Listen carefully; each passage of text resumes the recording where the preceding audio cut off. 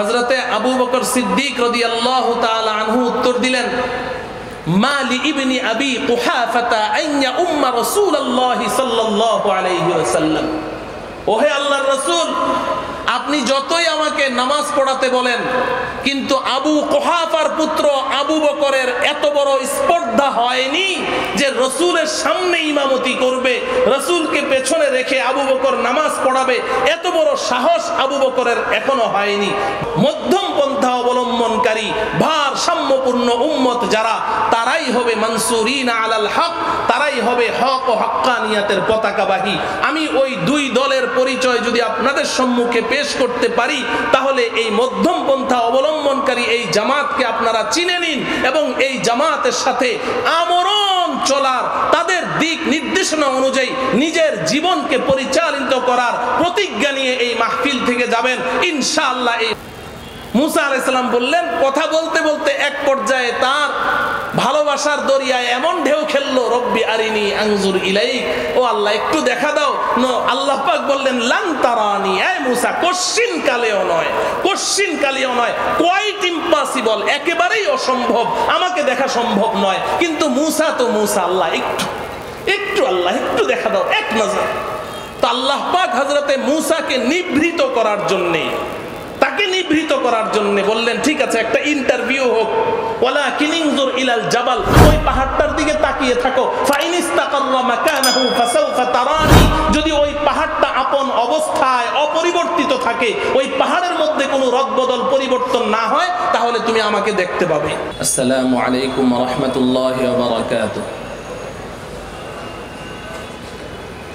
আলহামদুলিল্লাহ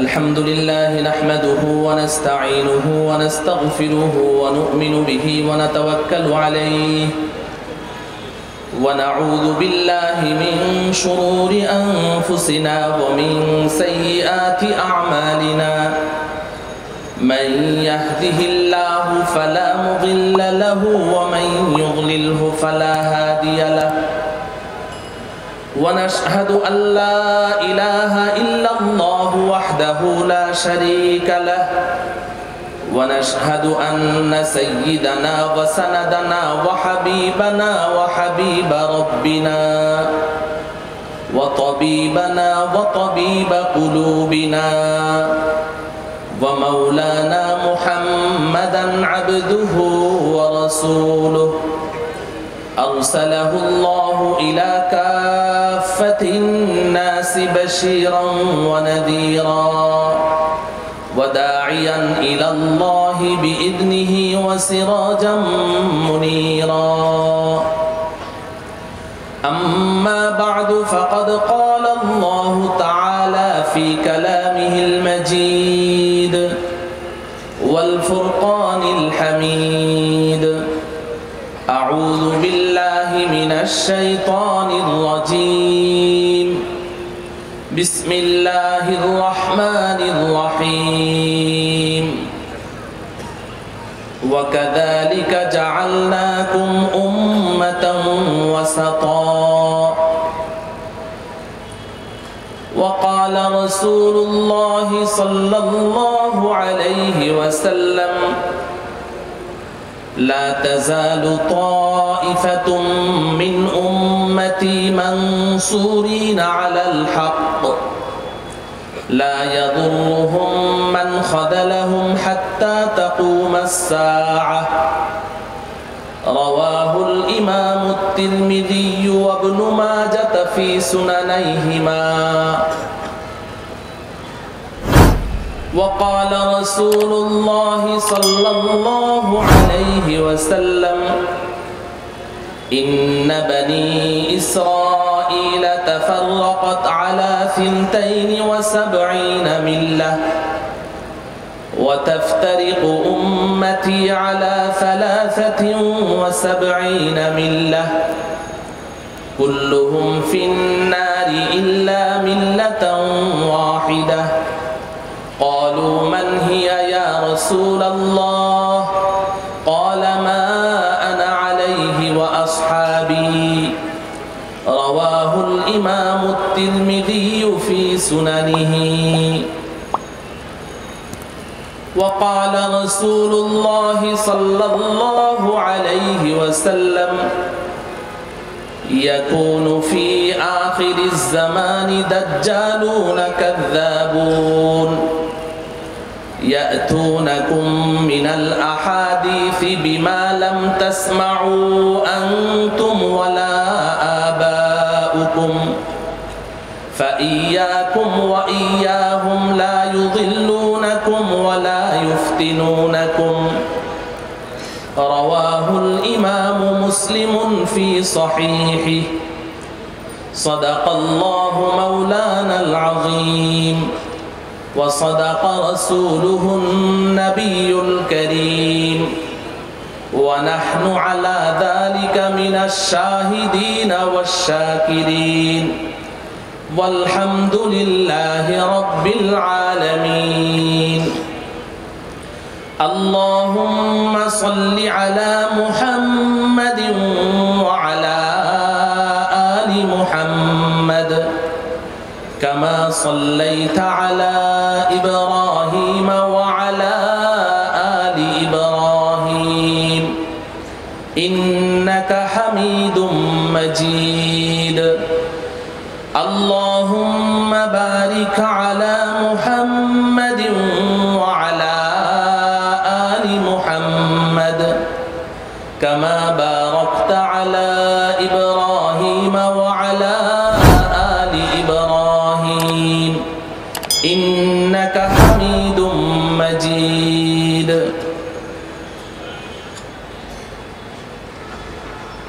বাংলাদেশের ঐতিহ্যবাহী সংগঠন আল আমিন সংস্থার উদ্যোগে আয়োজিত 3 দিন ব্যাপী তাফসীরুল কোরআন মাহফিলের দ্বিতীয় দিনের শেষ অধিবেশনের সম্মানিত সভাপতি হযরত উলামায়ে কেরাম, আমার প্রাণাধিক প্রিয় লখতে জিগার আজিজ তুলাবায়ে ইজম, আমার অত্যন্ত শ্রদ্ধাভাজন দীনদার পরহেজগার আল্লাহ প্রেমিক রসুল প্রেমিক উলামা প্রেমিক ধর্মপ্রাণ ভাই ও বন্ধুগণ, পর্দার অন্তরালে আমার মাতৃতুল্য ভগ্নীতুল্য মা ও বোনেরা,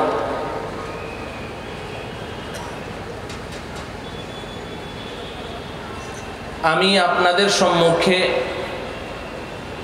পবিত্র কালামুল্লাহ শরীফের সূরাতুল বাকারার 143 নম্বর আয়াতের ছোট্ট একটু অংশ তেলাওয়াত করেছি।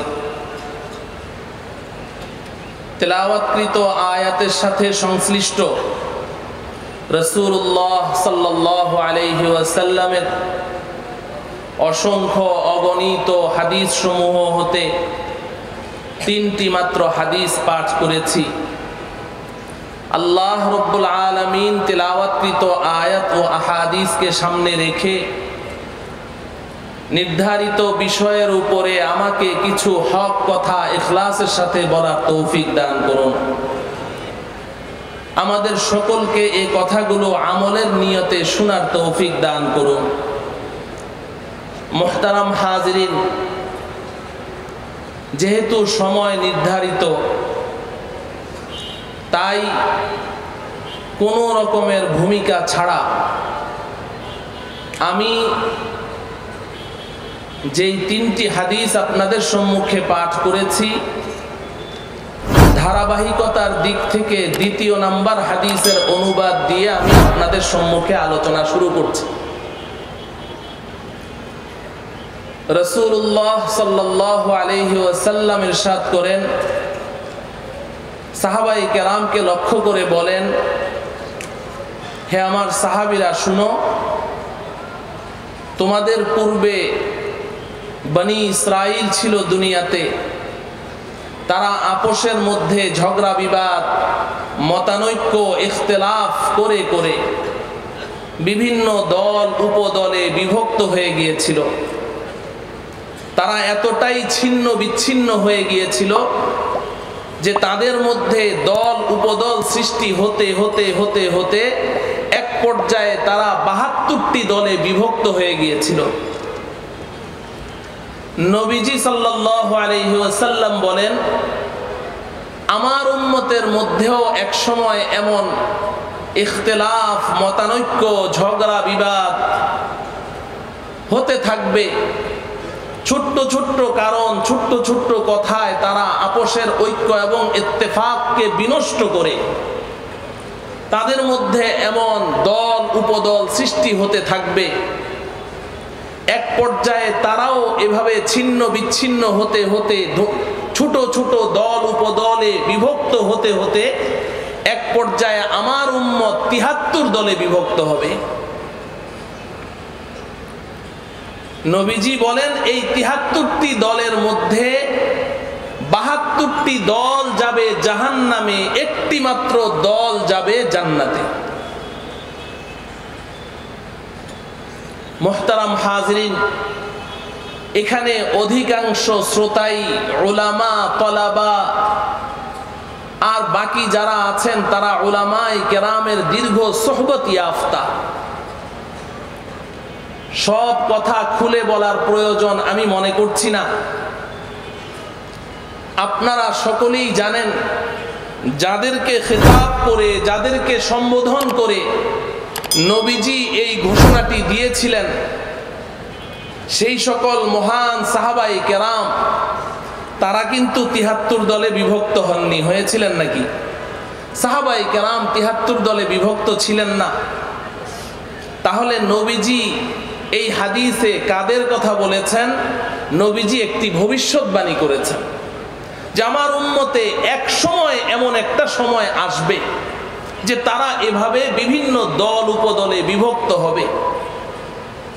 আমি কুরআন ও হাদিসের, কুরআন ও সুন্নাহর একজন আদনা তালিবুল ইলম হিসেবে, একজন নগণ্য ছাত্র হিসেবে আমার কাছে খুব মনে হয়, বারবার মনে হয়, নবীজি উম্মতের যেই বিভীষিকাময় সময়ের কথা, যেই নাজুক ওয়াক্তের কথা, যেই ভয়ানক সময় এবং বিভৎস চিত্রের কথা এই হাদিসে ভবিষ্যৎবাণী করেছেন যে উম্মতের কেউ কারো উপরে আস্থা রাখবে না।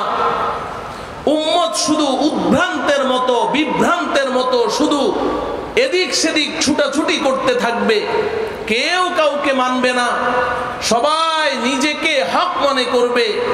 এইভাবে দলাদলি করতে করতে ৭৩ দলে বিভক্ত হবে।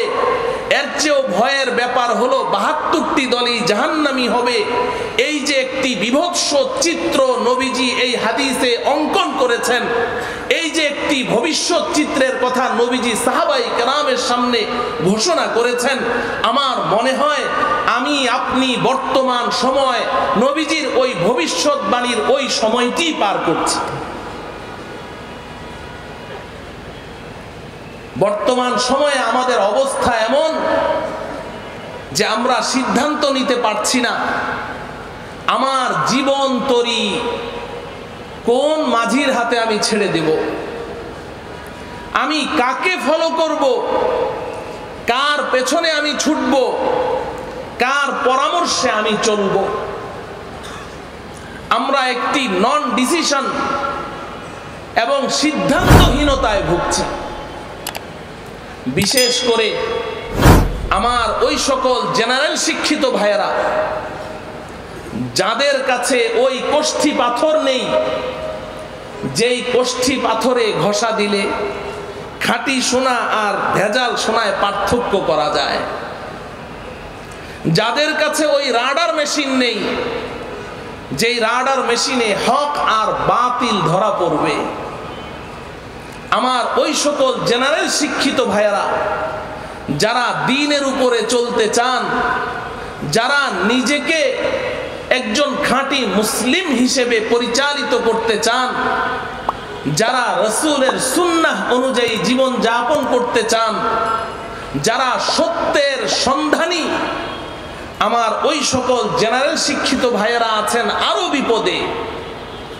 তারা সিদ্ধান্ত নিতে পারছেন না যে আমার কাছে তো কোষ্ঠী পাথর নেই, আমার কাছে তো ওই রাডার মেশিন নেই, অতএব এমন ব্যক্তি কে এমন গোষ্ঠী কারা, এমন দল, এমন জামাত কোন জামাত যেই জামাতের হাতে ওই কষ্টি পাথর আছে, যেই পাথরে ঘষা দিলে হক আর বাতিলে পার্থক্য করা যায়, যেই রাডার মেশিনে সত্য আর মিথ্যা ধরা পড়ে যায়। এই জামাতকে তারা খুঁজে বের করতে পারছে না, এই ব্যক্তিকে তারা খুঁজে বের করতে পারছে না। এই কারণে আমার ওই সমস্ত জেনারেল শিক্ষিত ভাইয়েরা আজকে আমার আলোচনার মুখাতাব, এবং আজকে আমার এই আলোচনা আমি তাদেরকে উদ্দেশ্য করে বলছি। উলামায়ে কেরামের সামনে কথা বলার মতো যোগ্যতা আমার নেই, আমি তো তাদের সামনেই কথা বলতে চাই। আমি ওই সমস্ত ভাইদেরকে আজকে সম্বোধন করে বারবার বলছি, আমি আপনাদের সম্মুখে আজকে এই বিষয়টি সংক্ষেপে তুলে ধরতে চাই যে এখন আমি কার কথা শুনবো, কার পেছনে চলবো, কার সিদ্ধান্ত অনুযায়ী আমার জীবনটাকে আমি পরিচালিত করব। এক কথায় নবীজি এই হাদিসে যেই ৭৩টি দলের কথা বলেছেন তার মধ্যে ৭২টি তো গুমরাহ পথভ্রষ্ট, একটি মাত্র দল সত্যের পথের পথিক, একটি মাত্র দল সিরাতে মুস্তাকিমের উপরে পরিচালিত, একটি মাত্র দল জান্নাতি নাজাত প্রাপ্ত, মুক্তি প্রাপ্ত। এবং অপর হাদিসে যেই হাদিসটি আমি শুরুতে তেলাওয়াত করেছি, পাঠ করেছি, নবীজি বলেন লা তাজালু তাইফাতুম মিন উম্মতি মানসুরিনা আলাল হক লা ইয়াদুররুহুম মান খাযালাহুম হাত্তা তাকুমাস সাআহ। নবীজি বলেন আমার উম্মতের একটি জামাত সর্বদা সর্বযুগে এই পৃথিবীতে থাকবে, ভূপৃষ্ঠে থাকবে, বিদ্যমান থাকবে, কোনো সময় এরা একেবারেই নিশ্চিহ্ন হয়ে যাবে না। আমার পর থেকে ধারাবাহিকভাবে এই জামাতটি থাকবে, এই জামাতটি হবে সত্যের পথের পথিক, এবং এই জামাতটি আল্লাহর পক্ষ থেকে সাহায্যপ্রাপ্ত হবে। কোনো নিন্দুকের নিন্দা, কোনো ভীতি প্রদর্শকের ভয় এবং কোনো লাঞ্ছনাকারীর লাঞ্ছনা এদেরকে হক থেকে সরাতে পারবে না। এই জামাত চলতেই থাকবে, চলতেই থাকবে, বংশ পরম্পরায়, জেনারেশন পরম্পরায়, একের পরে এক, এভাবে প্রত্যেক যুগে এই জামাত সত্যের পথে অটল অনড় অবিচল থাকবে। এইভাবে চলতে চলতে এক সময় কিয়ামত সংগঠিত হয়ে যাবে। মুহতারাম হাজিরিন, ওই জামাত কোনটি? কোন জামাতের কথা নবীজি বলেছে?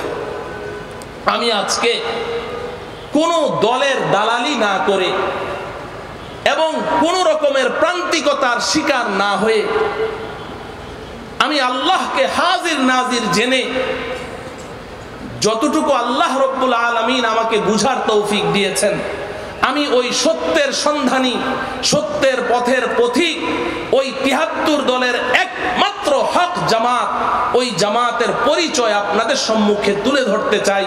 আল্লাহ রব্বুল আলামিন আমাকে হক কথাগুলো খুলে খুলে বলার তৌফিক দান করুন। মুহতারাম হাজিরিন, যেই হাদিসে নবীজি ৭৩ দলের কথা বলেছেন, ওই হাদিসের শেষাংশে সাহাবায়ে কেরাম এই কথা শুনে ভয় পেয়ে গেলেন, প্রশ্ন করলেন মান হিয়া ইয়া রাসূলুল্লাহ, ওহে আল্লাহর রাসূল, আপনি যে ৭৩ দলের কথা বলেছেন তার মধ্যে ৭২টি দল জাহান্নামী, আমরা ওই ৭২ দলের পরিচয় জানতে চাই না, কারণ আমরা কেউ ওই ৭২ দলের অন্তর্ভুক্ত হতে চাই না। আপনি শুধু আমাদেরকে ওই একটি দলের কথা বলে দিন, যেই দলটিকে আপনি নাজাত প্রাপ্ত, মুক্তি প্রাপ্ত বলেছেন, যেই দলটিকে আপনি জান্নাতের পথের পথিক বলেছেন। নবীজি সাল্লাল্লাহু আলাইহি ওয়াসাল্লাম জবাব দিলেন মা আনা আলাইহি ওয়া আসহাবি, আমার সাহাবীরা শুনো, ওই নাজাত প্রাপ্ত, মুক্তি প্রাপ্ত জামাতের পরিচয় হলো আমি এবং আমার সাহাবীরা যেই পথ ও মতের উপরে প্রতিষ্ঠিত আছি, যেই আদর্শের উপরে আছি, আমার এবং আমার সাহাবায়ে কেরামের সুন্নাহ এবং আদর্শকে যেই জামাতটি আঁকড়ে ধরে থাকবে, ওই জামাতটি হবে নাজাত প্রাপ্ত, মুক্তি প্রাপ্ত, আর বাকি ৭২টি দল সব জাহান্নামে চলে যাবে। মুহতারাম হাজিরিন, ঠিক অনুরূপ আরেকটি কথা বিশ্ববিখ্যাত মুফাসসিরে কোরআন আল্লামা জালালউদ্দিন সুয়ুতি রহমতুল্লাহি আলাইহি তার অনবদ্য তাফসীর গ্রন্থ আদ-দুররুল মানসুরের মধ্যে তিনি রিওয়ায়াত এনেছেন। কোরআনে হাকিমে আল্লাহ রাব্বুল আলামিন আরেকটি চমৎকার কথা বলেছেন, ইয়াউমা তাবিয়াদ্দু বুজুহু ওয়া তাসওয়াদ্দু বুজুহ।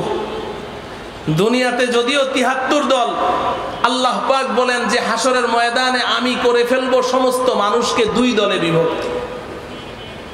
হাসরের ময়দানে আমি দুই দলে বিভক্ত করব, ওখানে আর এত দল থাকবে না। ইয়াউমা তাবিয়াদ্দু বুজুহ ওয়া তাসওয়াদ্দু বুজুহ। এক দলের চেহারা হবে নূরে নূরান্বিত, সাদা, শুভ্র, সুন্দর, আলোকিত, আলোকোজ্জ্বল, হাস্যাস বাস্যাস থাকবে তাদের চেহারা। ওয়া তাসওয়াদ্দু বুজুহ। আর আরেক দলের চেহারা থাকবে নিকুশ, কালো, বিকট, বিভৎস, কুৎসিত, ভয়ানক। এরপরে আল্লাহ পাক সামনে বলছেন যেই দলের চেহারা কালো, কুৎসিত হবে, ভয়ানক হবে, বিভৎস চেহারার অধিকারী হবে, এদেরকে আমি জাহান্নামে নিক্ষেপ করব। আর যাদের চেহারাগুলো হাস্যাস বাস্যাস আলোক উজ্জ্বল থাকবে, নূরে নূরান্বিত থাকবে, ওদেরকে আমি জান্নাতে প্রবেশ করিয়ে দেব।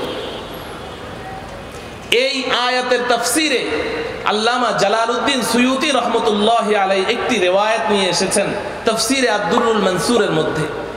নবীজির দুইজন সাহাবী হযরতে আব্দুল্লাহ ইবনে ওমর রাদিয়াল্লাহু তাআলা আনহুমা, আরেকজন হযরতে আবু সাঈদ আল খুদরি রাদিয়াল্লাহু তাআলা আনহু, এই দুই সাহাবী নবীজিকে জিজ্ঞাসা করলেন, ইয়া রাসূলুল্লাহ, হাসরের ময়দানে যেই মানুষগুলোর চেহারা হাস্যোজ্জ্বল হবে, নূরে নূরান্বিত হবে, আলোক উজ্জ্বল হবে, ফলশ্রুতিতে আল্লাহ পাক এদেরকে জান্নাতে প্রবেশ করিয়ে দিবেন, এই মানুষগুলোকে দুনিয়াতে আমরা চিনব কি করে?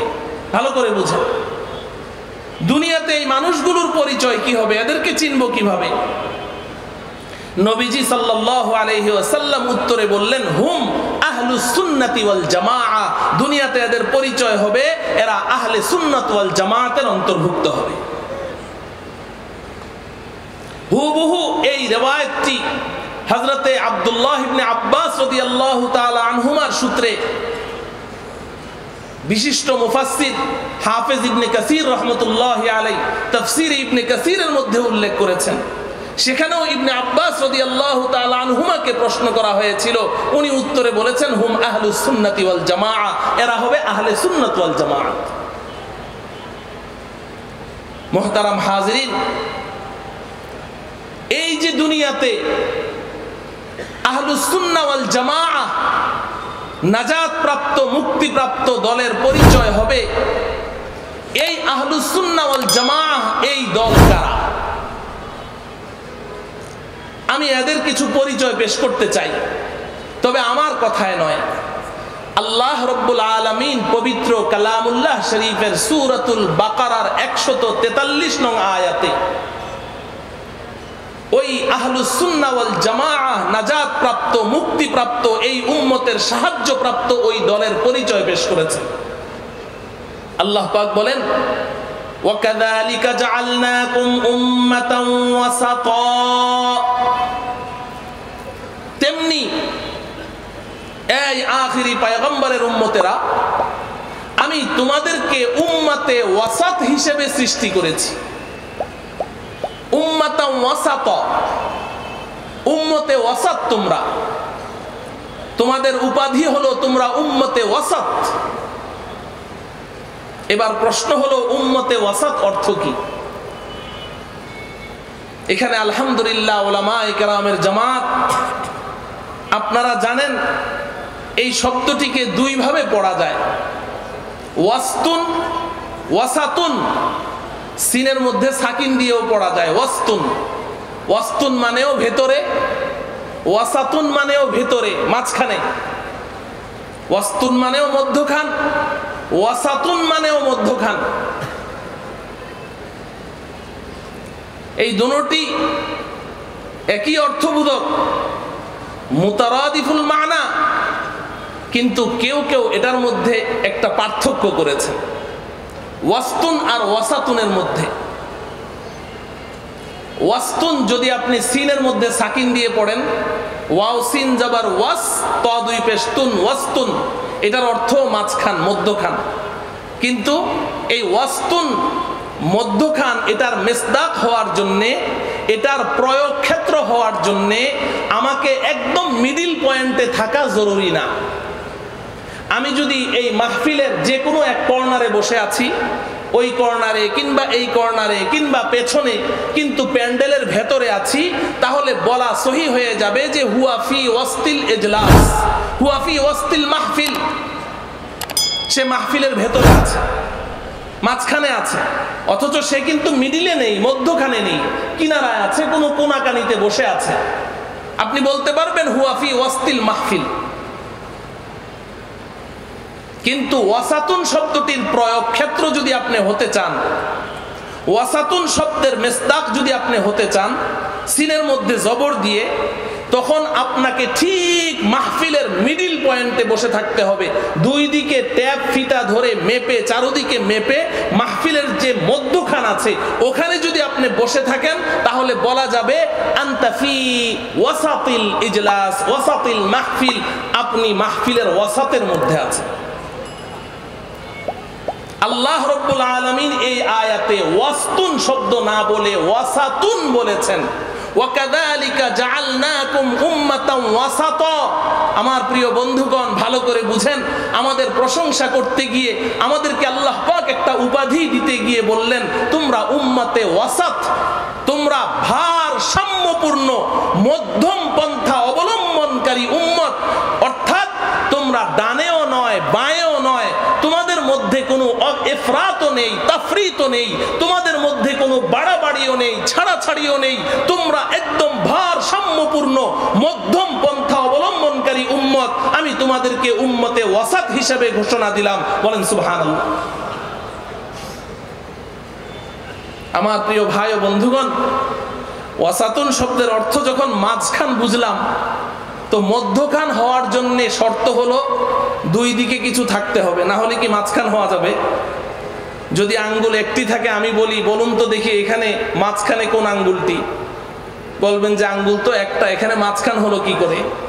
যদি দেখাই দুইটি আঙ্গুল, বলুন তো এখানে মাঝখানে কোন আঙ্গুলটি? বলবেন যে না, এখানে একটাও মাঝে নেই, দুইটা দুই দিকে আছে। এবার যদি বলি বলুন তো মাঝখানে কোন আঙ্গুলটি, তাহলে বলবেন যে এটা মাঝখানে, ঠিক কিনা? তাহলে মাঝখানে হওয়ার জন্য দুই ধারে দুইটা থাকতে হবে কি হবে না? আমার কথা বুঝে আসে? তাহলে আল্লাহ রাব্বুল আলামিন আমাদেরকে তো মাঝখানের উম্মত বললেন, আল্লাহ পাক তো আমাদেরকে মধ্যম পন্থা অবলম্বনকারী উম্মত বললেন। তো যখন মাঝখানে আমরা আছি, তাহলে বোঝা গেল কোন কোন উম্মত উপরেও আছে নিচেও আছে, ঠিক কিনা বলেন? যদি দুই ধারে না থাকে তাহলে আমরা মাঝে হব কি করে? এবার প্রশ্ন হলো দুই ধারে কারা? যদি এই দুই ধারের উম্মতকে আমরা চিনতে পারি, তাহলে মাঝখানে উম্মতে ওয়াসাত, এই উম্মতে ওয়াসাতই হচ্ছে নাজাত প্রাপ্ত, মুক্তিপ্রাপ্ত জামাত। এই উম্মতে ওয়াসাতই হচ্ছে সাহায্যপ্রাপ্ত দল। এই উম্মতে ওয়াসাতই হচ্ছে সিরাতে মুস্তাকিমের পথের পথিক এবং সত্যের পতাকাবাহী জামাত। আমি আজকে এই উম্মতে ওয়াসাতকে আপনাদের সম্মুখে চিহ্নিত করতে চাই, প্রকাশ করতে চাই। আল্লাহ রাব্বুল আলামিন আমাকে তৌফিক দান করেন। মুহতারাম হাজিরিন, এই আয়াতের তাফসীর আপনি যে কোনো গ্রহণযোগ্য তাফসীরের কিতাব খুললেই পাবেন। আমাদের হাতের কাছে তাফসীরে মাআরিফুল কোরআন আছে, সেটা খুলেন, কিংবা অন্য যে কোনো তাফসীরের কিতাব খুলেন, আপনি পাবেন যে আল্লাহ রাব্বুল আলামিন আমাদের প্রশংসা করতে গিয়ে উম্মতে ওয়াসাত কেন বলেছেন। কারণ হলো আমাদের পূর্ববর্তী উম্মত যারা ছিল, তাদের মধ্যে দুই রকমের ভ্রান্তি ছিল। দুই রকমের ভ্রান্তি, গুমরাহি, পথভ্রষ্টতা। এক রকমের ভ্রান্তি ছিল, পূর্বের উম্মতের এক দল তারা ইফরাতের শিকার ছিল, বাড়াবাড়ির শিকার ছিল, বাড়াবাড়ি করত। আরেক দলের আরেক প্রকারের ভ্রান্তি ছিল, এক প্রকারের উম্মত ছিল, তারা শুধু ছাড়াছাড়ি করত। শিথিলতা করত, চরম শিথিলতা, ছাড় দিত, তাফরীতের শিকার ছিল।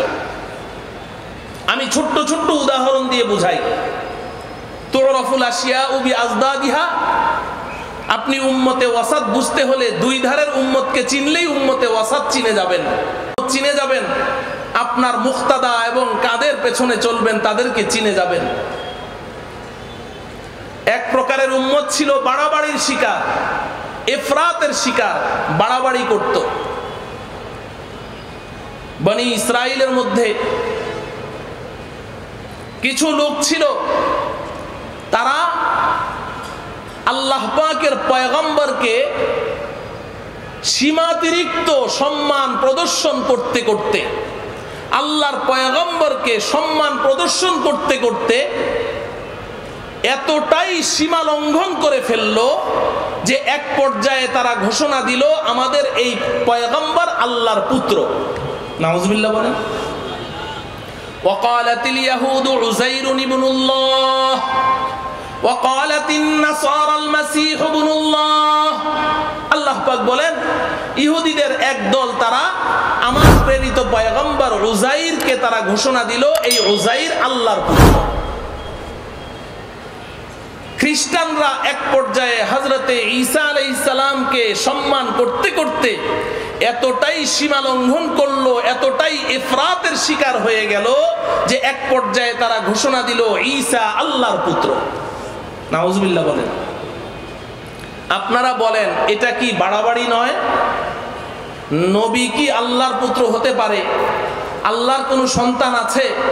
লাম ইয়ালিদ ওয়া লাম ইউলাদ। আল্লাহ কাউকে জন্ম দেননি, আল্লাহকেও কেউ জন্ম দেয়নি। আল্লাহর কোনো সন্তান নেই। আল্লাহর সন্তান নির্ধারণ করার অর্থ হলো পিতা আর পুত্র হামজিন্স হয়, একই জাতের হয়। মানুষের ঘরে মানুষ জন্ম নেয়, পশুর ঘরে পশু জন্ম নেয়, গরুর ঘরে গরু হয়, ছাগলের পেটে ছাগল হয়। যেই জাত পিতা পুত্র সেই জাতের হয়। তাহলে পয়গম্বরকে যদি আল্লাহর পুত্র বলা হয়, এর অর্থ কি? ওই পয়গম্বরকেও তারা খোদা নির্ধারণ করেছে। বাড়াবাড়ি, সম্মান প্রদর্শন করতে করতে নবীকে আল্লাহর পুত্র ঘোষণা দিয়ে দিল। আর আরেক দল ছিল ছাড়াছাড়ির শিকার। এই বনি ইসরাইল যারা বাড়াবাড়ির চরম সীমানায় পৌঁছে গেছে, এই বনি ইসরাইলরাই আবার কোনো কোনো ক্ষেত্রে এতটাই ছাড়াছাড়ির শিকার, এতটাই তাফরীতের শিকার হয়েছে, যেখানে পয়গম্বরকে আল্লাহর পুত্র ঘোষণা করছে, সেখানে আবার পয়গম্বর যখন তাদেরকে জিহাদের জন্য আহ্বান করে, তখন তারা বলে ইযহাব আনতা ওয়া রাব্বুকা ফাকাতিলা ইন্না হাহুনা কাঈদুন। এই পয়গম্বরে খোদা যান, আপনি আপনার খোদাকে নিয়ে জিহাদ করেন, আমরা যাব না, আমরা এখানে বসে আছি। বলেন এটা তাফরীত এবং ছাড়াছাড়ি কিংবা শিথিলতা কিনা বলেন? শুধু তাই নয়, যারা বাড়াবাড়ির চরম সীমানায় পৌঁছে গিয়েছে, পয়গম্বরকে আল্লাহর পুত্র নির্ধারণ করেছে, সেই মানুষগুলোর হাতে আপনি তারিখ পড়েন, তাফসীরের কিতাব পড়েন, তারাই নিজ হাতে আল্লাহর পয়গম্বর, অসংখ্য পয়গম্বরকে অসম্মান করতে করতে, লাঞ্ছিত করতে করতে এক পর্যায়ে তারা নিজ হাতে অসংখ্য নবী রাসূলকে হত্যা পর্যন্ত করে দিয়েছে।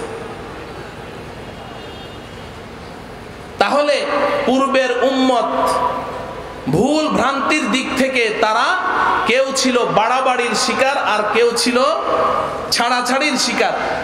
এবার আল্লাহ রাব্বুল আলামিন এই উম্মতের প্রশংসা করতে গিয়ে বলছেন, ওয়াকাযালিকা জাআলনাকুম উম্মাতান ওয়াসাতা।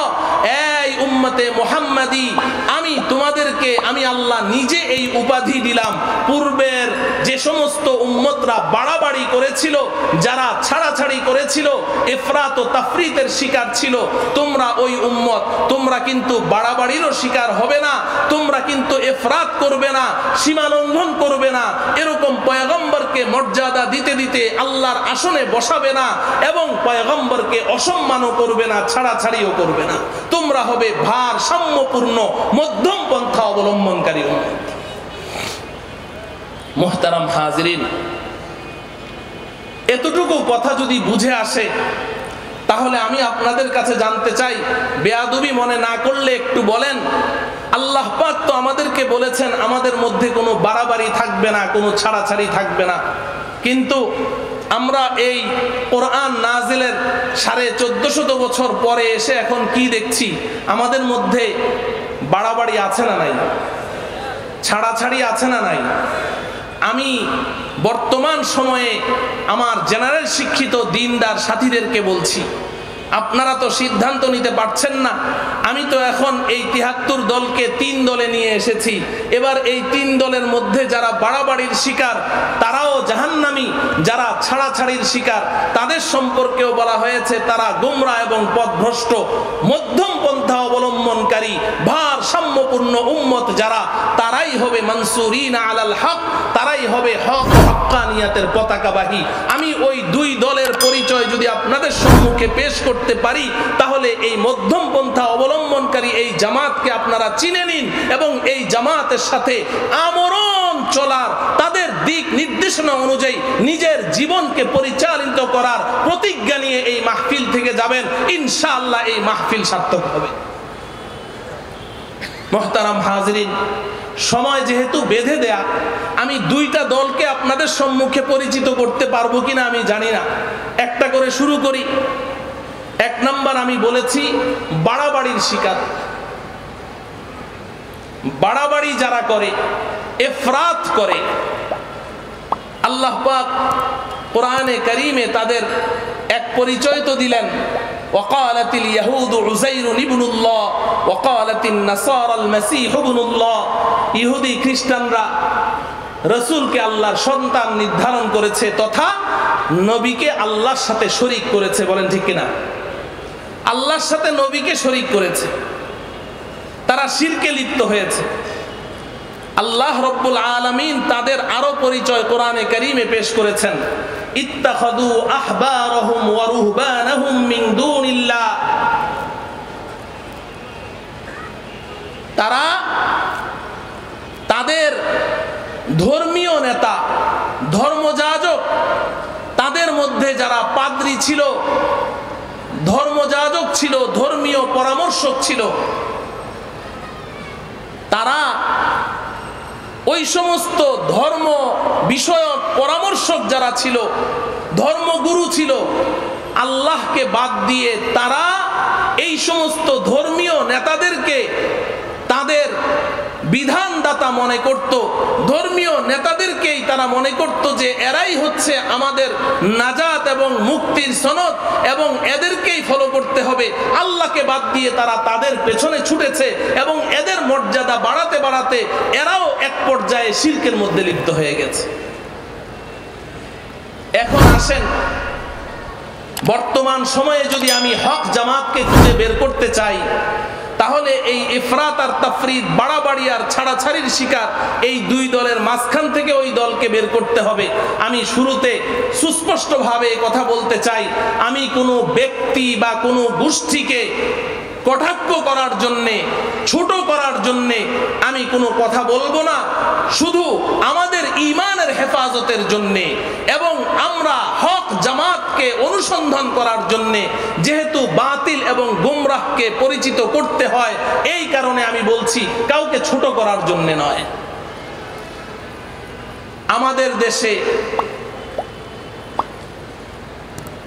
এই জাতীয় কিছু মানুষ যারা বাড়াবাড়ির শিকার, এই মানুষগুলোকে বিভ্রান্ত করছে, পথভ্রষ্ট করছে আমাদের দেশের কিছু ভণ্ড পীর। আমি আপনাদের এলাকার খবর বিশেষ জানি না, আপনারা তো শুনেছেন আমি ঢাকা থেকে এসেছি। আমি আজকে থেকে আরো বেশ কয়েক বছর আগের কথা বলছি। আপনারা আমাদের দেশের একজন প্রখ্যাত মুফতি, একজন প্রখ্যাত আলেম, মুফতি দিলাওয়ার হুসাইন দামাত বারাকাতুহুমের নাম জানেন। তারও তো এই মাহফিলে আসার কথা ছিল, অসুস্থতার কারণে আসতে পারেননি। মুফতি দিলাওয়ার সাহেবের বাসার সামনে একটা মাঠ আছে, এই মাঠটার নাম এতদিন ছিল চিলড্রেন পার্ক মাঠ, এখন এই মাঠের নাম হলো শেখ রাসেল খেলার মাঠ। এই মাঠে একজন বক্তা বয়ান করছেন, পরবর্তীতে ওই বক্তা যার বক্তৃতার কথা এখন আপনাদেরকে শোনাবো, তিনি আমাদের দেশের জাতীয় মসজিদের খতিব হয়েছিলেন, এখন নেই। তিনি তার বয়ানের মধ্যে বলছেন যে আমার পীর ও মুর্শিদ যখন মারা গেলেন, ওনার পীর ও মুর্শিদ হচ্ছেন আটরশির মরহুম পীর, যিনি বর্তমান আছেন তার কথা বলছি না, আটরশির মরহুম পীর হাসমতুল্লাহ, নাম কি? হাসমতুল্লাহ, তার কথা বলছেন যে আমার পীর ও মুর্শিদ যখন মারা গেলেন, মারা যাওয়ার 3 ঘন্টা পরে আমার মোবাইল বেজে উঠল। মোবাইল রিসিভ করে কানে লাগানোর সাথে সাথে অপর প্রান্ত থেকে আমার মুর্শিদ নিজে আমার সাথে কথা বলছে। নাউজুবিল্লাহ বলেন, আমার কথা বুঝে আসলো? মুর্শিদ মারা যাওয়ার 3 ঘন্টা পরে আমার মোবাইল বেজে উঠল, অপর প্রান্ত থেকে মুর্শিদ আমার সাথে কথা বলছেন। ফোনে বলছেন, সালাউদ্দিন, আমি তো দুনিয়া থেকে চলে আসলাম, আমার রেখে যাওয়া বাকি কাজগুলো তোমার দায়িত্বে রেখে গেলাম, বাকি কাজগুলো তুমি সম্পন্ন করো। আমি নিজ কানে শুনেছি, অতএব আমার বলতে কোনো ভয় নেই, আমার বাসার পাশেই। দ্বিতীয় নাম্বার কথা বললেন, ভালো করে বুঝেন, আল্লাহ পাক আপনাদেরকে সুস্থ এবং সুষ্ঠু বিবেক দিয়েছেন। আমার প্রিয় ভাই ও বন্ধুগণ, আমার জেনারেল শিক্ষিত ভাইয়েরা ভালো করে শুনেন। দ্বিতীয় কথা তিনি বললেন, আমার পীর ও মুর্শিদ মারা যাওয়ার পরে তার লাশ কে ধোয়াবে, তাকে গোসল দিবে কে, এটা নিয়ে তার খলিফাদের মধ্যে মতানৈক্য সৃষ্টি হলো। সবাই গোসল দিতে চায়, পরামর্শ বৈঠক বসলো। এতটুকু বলে তারপরে তিনি একটা ঘটনা বললেন, সম্পূর্ণ মিথ্যা, জাল, অলীক একটা কথা বললেন। তিনি বললেন যে নবীজি সাল্লাল্লাহু আলাইহি ওয়াসাল্লাম ইন্তেকাল করার পরে সাহাবায়ে কেরামের পরামর্শ বৈঠক বসলো, নবীজির লাশ কে ধোয়াবে। পরামর্শে সিদ্ধান্ত হলো যে আলী নবীজির লাশ ধোয়াবে। হযরতে আলী রাদিয়াল্লাহু তাআলা আনহু পরামর্শ মতে, সিদ্ধান্ত অনুযায়ী নবীজিকে গোসল দেওয়ার জন্য গেলেন। চারদিকে পর্দা, ভেতরে হযরতে আলী। এখন হযরতে আলী সিদ্ধান্তহীনতায় ভুগছেন যে নবীজির লাশ যে আমি ধোয়াবো, গোসল দিব, নবীজির শরীরে যে পোশাক আছে, নবীজির এই লেবাস মুবারক সহই তাকে গোসল দিব, নাকি লেবাস খুলে খালি শরীরে তাকে গোসল দিব। হযরতে আলী কোনো সিদ্ধান্ত নিতে পারছেন না। আপনারা মুবতাদা খবর ঠিক রাখবেন, ওই লোকের কথা শোনাচ্ছি আমি কোনো হাদিস শোনাচ্ছি না, ঠিক আছে তো? তো সে বলছে যে হযরতে আলী দাঁড়িয়ে খুব বিব্রত বোধ করছেন যে এখন আমি কি করব, নবীজিকে কিভাবে গোসল দিব। এই যখন তার অবস্থা, কোনো সিদ্ধান্ত নিতে পারছেন না, হঠাৎ করে হযরতে আলী নবীজির দিকে তাকিয়ে আছেন আর দেখছে যে নবীজি মিটমিট করে হাসছেন আর বলছেন, আলী, আমার কাপড়ের উপর দিয়ে আমাকে গোসল দিয়ে দাও। নাউজুবিল্লাহ বলেন। এমন একটি মিথ্যা ঘটনা বলে, ভালো করে বুঝেন, আমি তার শব্দে শব্দে আপনাদেরকে বয়ান করছি। এই ঘটনাটি বলে এবার বলছে ঠিক তদ্রুপ, এই ঘটনা বলে এরপরে বলছেন ঠিক তদ্রুপ আমার পীর ও মুর্শিদ যখন মারা গেল, মারা যাওয়ার সাথে সাথে খলিফারা বসে সিদ্ধান্ত নিল যে আমাদের মুর্শিদের প্রধান খলিফা সালাউদ্দিন সাহেব তাকে গোসল দিবে। তা আমি গোসল দিতে গেলাম আমার মুর্শিদ কেবলাকে, গোসল দিতে গিয়ে যখন পর্দার ভেতরে ঢুকলাম, এখন আমিও সিদ্ধান্তহীনতায় ভুগছি যে আমি কি মুর্শিদে কেবলার কাপড় খুলবো কি খুলবো না। আমি কোনো সিদ্ধান্ত নিতে পারছি না। হঠাৎ করে মুর্শিদে কেবলার চেহারার দিকে তাকিয়ে আছি, দেখি মুর্শিদে কেবলা মিটমিট করে আমার দিকে তাকিয়ে হাসছেন আর বলছেন, সালাউদ্দিন আমার কাপড়ের উপর দিয়ে পানি ঢেলে দে। নাউজুবিল্লাহ বলবেন না? মুহতারাম হাজিরিন, আমি শুধু কথাগুলো আপনাদের সামনে পেশ করছি, ঘড়ির সময় তো খুব দ্রুত চলছে। এই ভদ্রলোক পরবর্তীতে জাতীয় মসজিদের খতিব হয়েছেন। জাতীয় মসজিদের খতিব হওয়ার পরে তিনি কোনো একদিন জুমার খুতবায় তিনি ঘোষণা দিলেন যে আমি যখন এই মসজিদের মিম্বারে এসে জুমার খুতবা দেই, যখন এসে আমি মিম্বারে বসি, ওই সময় নবীজি এসে এখানে সশরীরে হাজির হয়ে যায়। আমি কথাগুলো আপনাদের বিবেকের কাছে রেখে যাচ্ছি, সিদ্ধান্ত আমার না, আপনাদের হাতে। তিনি ঘোষণা দিলেন নবীজি এখানে হাজির হয়ে যান। আমি আপনাদের কাছে নিবেদন করতে চাই, এখানে এসে ওনার এই ঘোষণার উপরে বুখারী শরীফের একটি রওয়ায়াত এসেছে, একদিন রাসূলুল্লাহ সাল্লাল্লাহু আলাইহি ওয়াসাল্লাম কোন এক কবিলায়, কোন একটি বস্তিতে বিচার করতে গিয়েছেন, দরবার করতে গিয়েছেন। তো ওখানে যাওয়ার পরে ওই বিচার কার্য শেষ হতে হতে এদিকে নামাজের ওয়াক্ত হয়ে গেছে। বুখারী শরীফে এসেছে কিতাবুস সালার মধ্যে, নামাজের ওয়াক্ত হয়ে গেছে।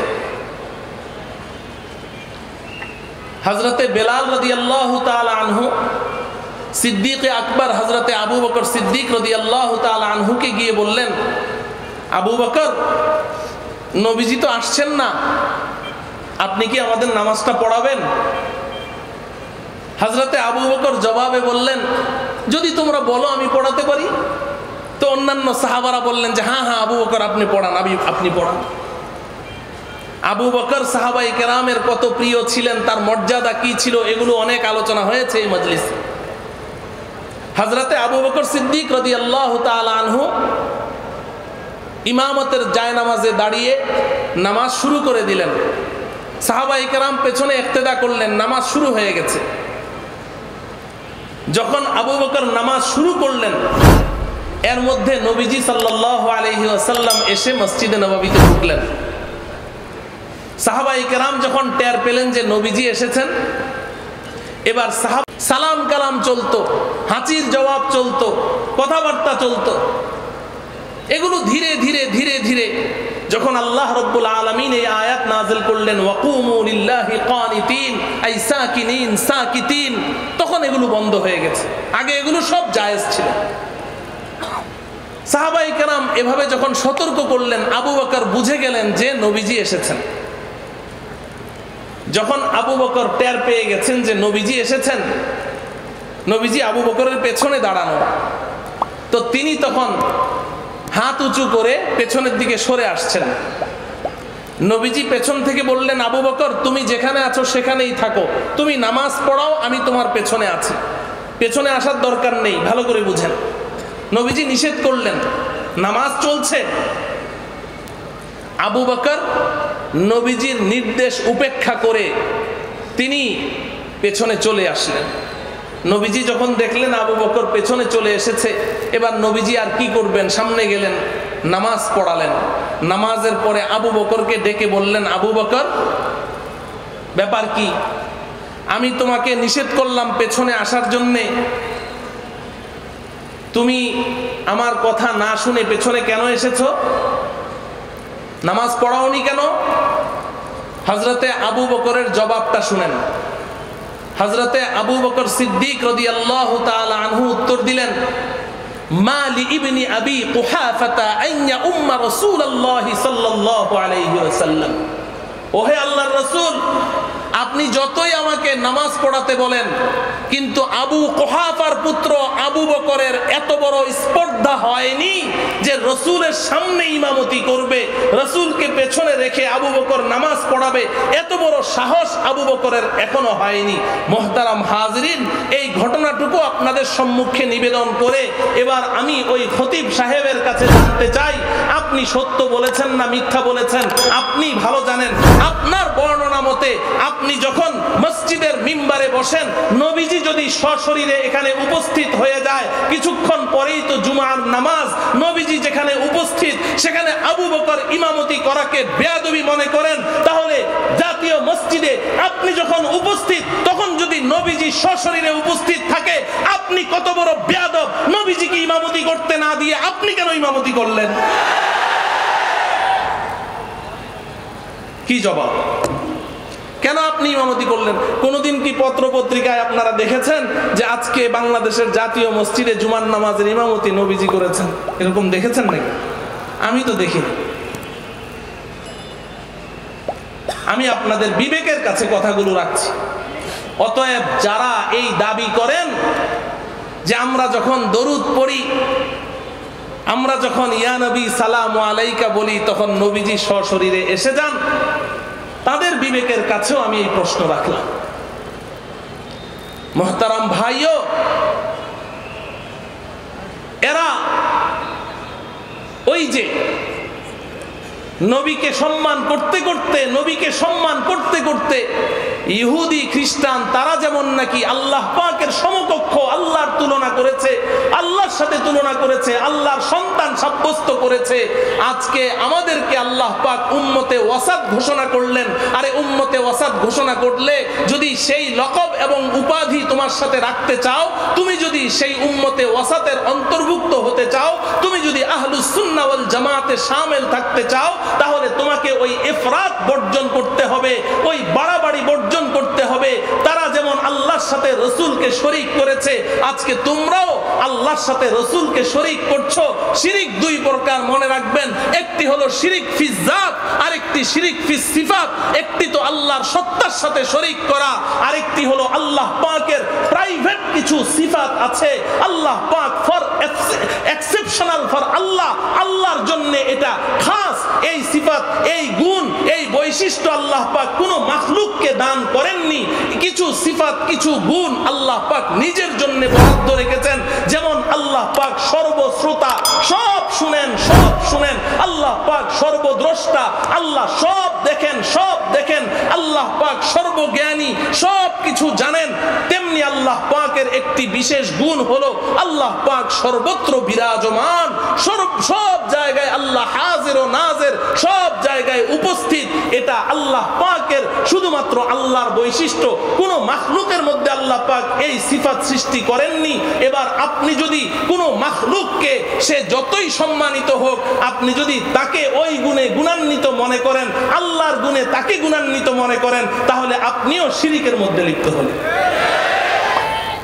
আপনিও শিরিকের মধ্যে লিপ্ত হলেন।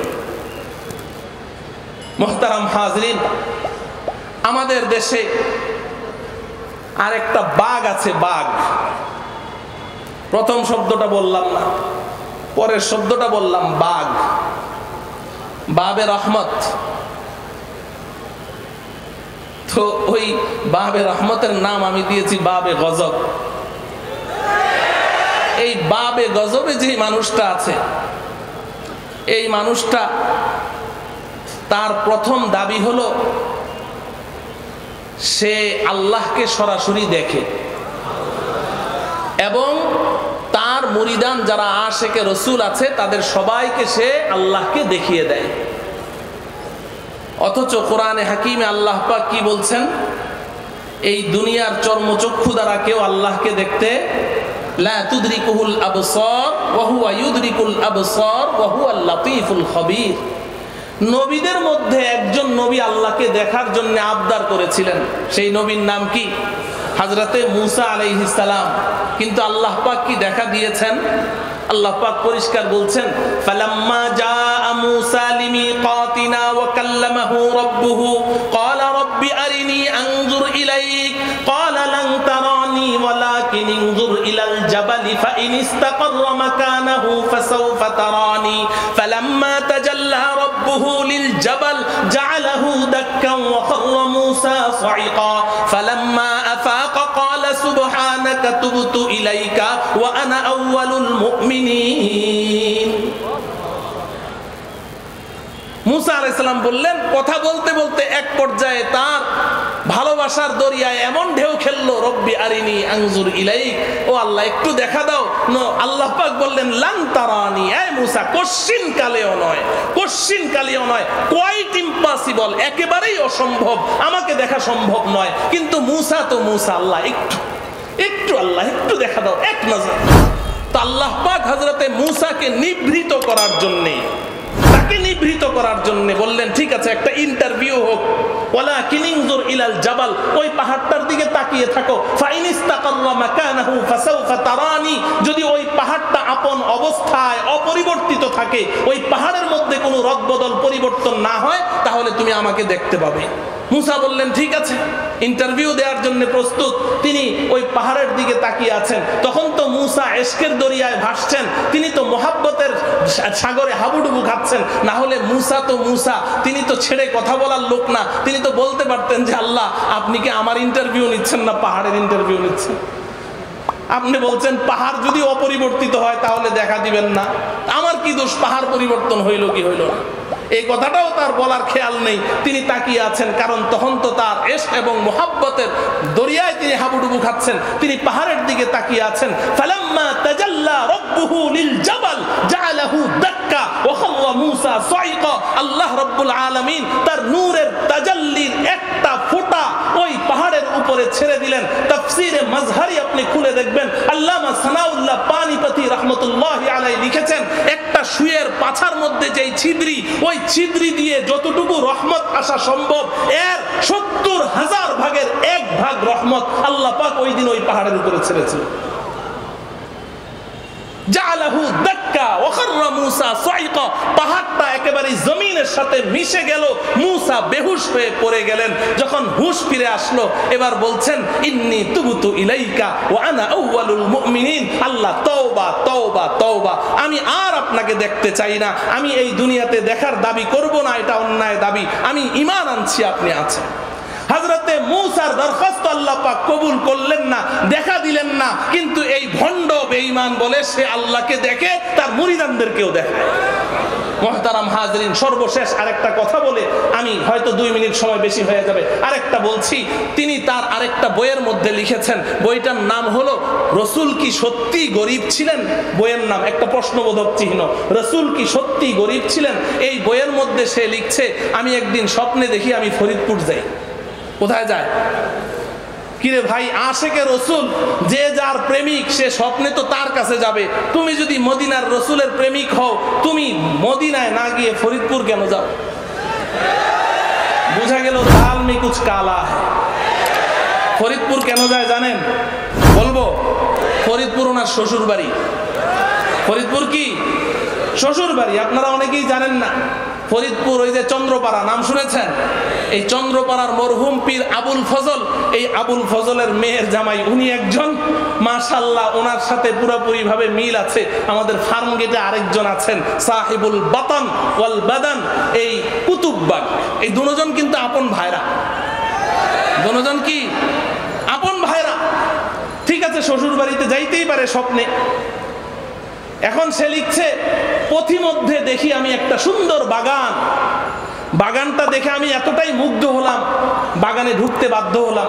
ঘুরে ঘুরে দেখছি বাগানটা অনেক সুন্দর, কিন্তু ঘুরতে ঘুরতে এক কর্নারে দেখি একটা মাছবালা, একটা ডাস্টবিন, ময়লার স্তূপ।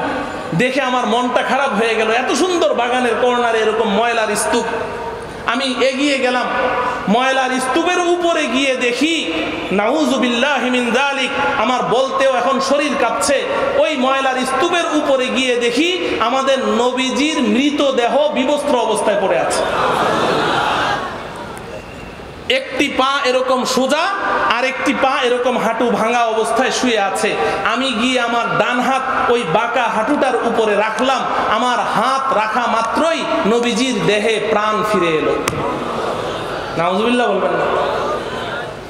নবীজি এবার আমার দিকে তাকিয়ে বলছে, হে মুহাম্মাদি ইসলামের ধারক বাহক, তুমি আমার রেখে যাওয়া ইসলামকে পুনর্জীবন দান করেছো। মোহতারাম হাজরিন, এখানে এসে আমি দুটো কথা বলেই শেষ করছি। প্রথম কথা হলো, তারিখে মুহাম্মদ ইবনে ইসহাক একটি কিতাবের নাম, প্রাচীনতম একটি তারিখের কিতাব। তারিখে মুহাম্মদ ইবনে ইসহাক, ইমাম মুহাম্মদ ইবনে ইসহাক থেকে ইমামে বুখারীও রিওয়ায়াত গ্রহণ করেছেন। মুহাম্মদ ইবনে ইসহাক রাহমাতুল্লাহি আলাইহি তার তারিখের কিতাবের মধ্যে লিখেছেন, আমাদের সন্তানরা যেভাবে মাতৃগর্ভ থেকে দুনিয়াতে আসে, এরা কি পায়জামা পাঞ্জাবি টুপি পাগড়ি মাথায় দিয়ে আসে না ল্যাংটা হয়ে আসে? হ্যাঁ, ওই কিতাবের মধ্যে আছে আল্লাহ রাব্বুল আলামিন আমাদের নবীজিকে মা আমেনার গর্ভ থেকে যখন দুনিয়াতে পাঠিয়েছেন, তখন আল্লাহ পাক কুদরতি ভাবে নবীজির সতর ঢাকা অবস্থায়, পোশাক পরিহিত অবস্থায় দুনিয়াতে পাঠিয়েছেন। এবং ওই কিতাবের মধ্যে আছে নবীজির দুধমা হযরতে হালিমা রাদিয়াল্লাহু তাআলা আনহা, তিনি বলেন যে আমার কলিজার ধন মুহাম্মদ যখন আমার ঘরে দুগ্ধপুষ্য শিশু, একদিন চাঁদনি রাত মুহাম্মদকে ঘরে রেখে আমি বাইরে সংসারের কাজ করছি, হঠাৎ দেখি আকাশের চাঁদ খুব দৌড়াদৌড়ি করছে, লাফালাফি করছে, এক জায়গায় স্থির নাই। আমি ভয়ে দৌড়ে ঘরে গেলাম। ঘরে গিয়ে দেখি আমার সেই মুহাম্মদ কলিজার ধন দুগ্ধপুষ্য শিশু শুয়ে হাত পা এভাবে নাড়াচাড়া করছে, জানালা দিয়ে চাঁদের আলো ভিতরে ঢুকেছে, ওই আলোর মধ্যে সে শুয়ে আছে। আমি খেয়াল করে দেখলাম মুহাম্মাদের হাত যেদিকে যায় চাঁদটা লাফ দিয়ে ওদিকে চলে যায়।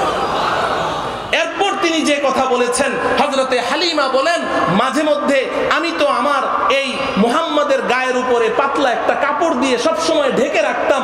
মাঝে মধ্যে তার হাত পা নাড়াচাড়ার কারণে অনেক সময় কাপড়টা হাঁটুর উপরে উঠে যেত।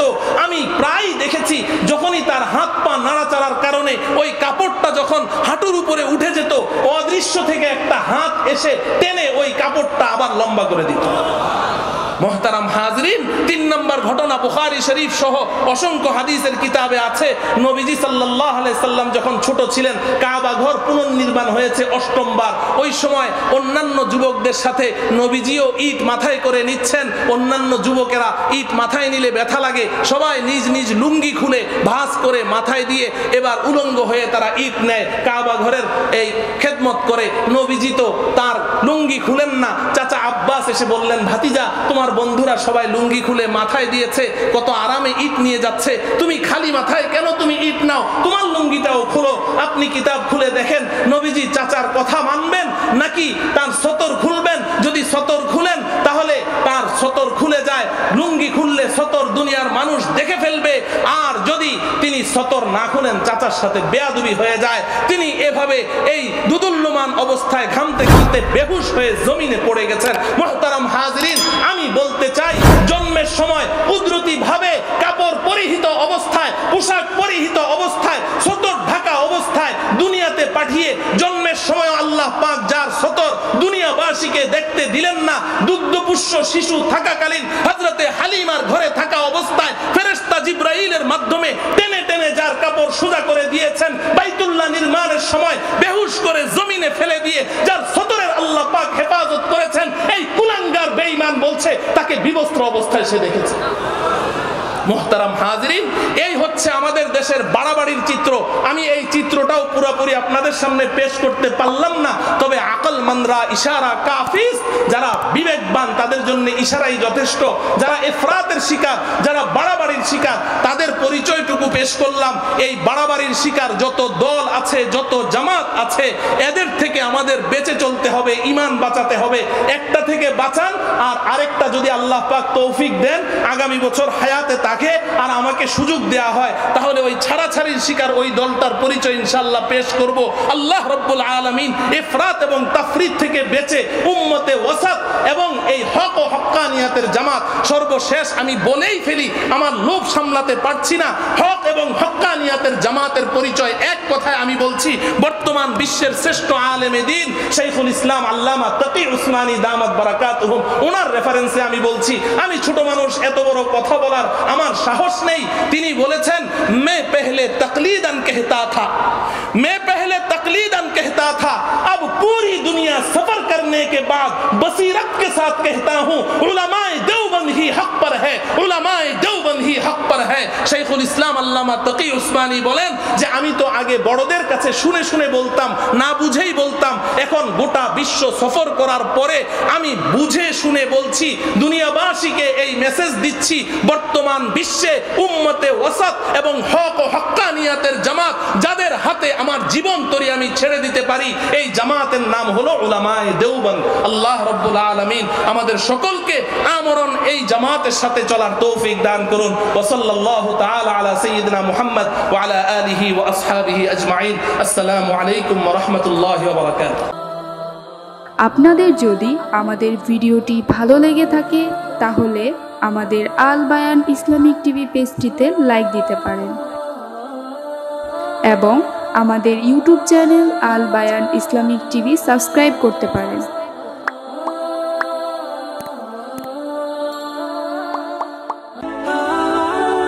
আল বায়ান ইসলামিক টিভি, সত্যের সন্ধানে বদ্ধপরিকর।